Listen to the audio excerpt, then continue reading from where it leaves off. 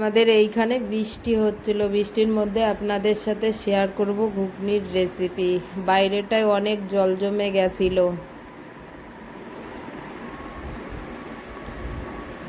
নিয়ে নেব মটর। মটরটা এবার ভিজিয়ে নেব 1 ঘন্টা মতো। প্রেসার কুকার নিয়ে নেব, প্রেসার কুকারে দিয়ে দেবো তেল। ঘুগনি রান্নার জন্য নেব ভিজানো মটর, টমেটো, লঙ্কা কুচি, পেঁয়াজ কুচি। তেলের সামান্য পরিমাণে জিরে দিয়ে দেবো, শুকনো লঙ্কা দিয়ে দেবো পেঁয়াজ কুচি। পেঁয়াজটা ভাজা ভাজা হয়ে গেলে দিয়ে দেবো আদা রসুন পেস্ট, কাঁচা লঙ্কা চেরা, টমেটো। আলাদা একটা বাটিতে হলুদ গুঁড়ো, জিরে গুঁড়ো, লঙ্কার গুঁড়ো, ধনে গুঁড়ো,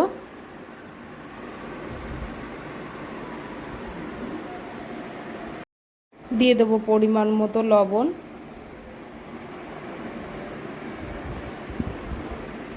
দিয়ে দেবো সামান্য পরিমাণে তেল। তেল দিয়ে এই মশলাটাই কষানো, মশলার মধ্যে দিয়ে দেবো চিনি, কাঁচা আলু দিয়ে দেবো। আলুটা একটু ভাজা ভাজা হয়ে গেলে দিয়ে দেবো মটর। এবার এটা কষিয়ে নেব। কষানো হয়ে গেলে দিয়ে দেবো পরিমাণ মতো জল। এটা 6টা সিটি দিয়ে নেব। ঘুগনি রান্নাটা কমপ্লিট। এবার গরম মশলা দিয়ে এটা নামিয়ে নেব।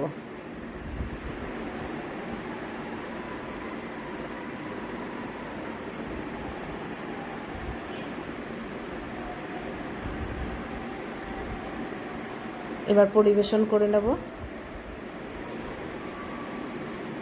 ঘুগনি রান্না কেমন হলো কমেন্ট করে জানিও।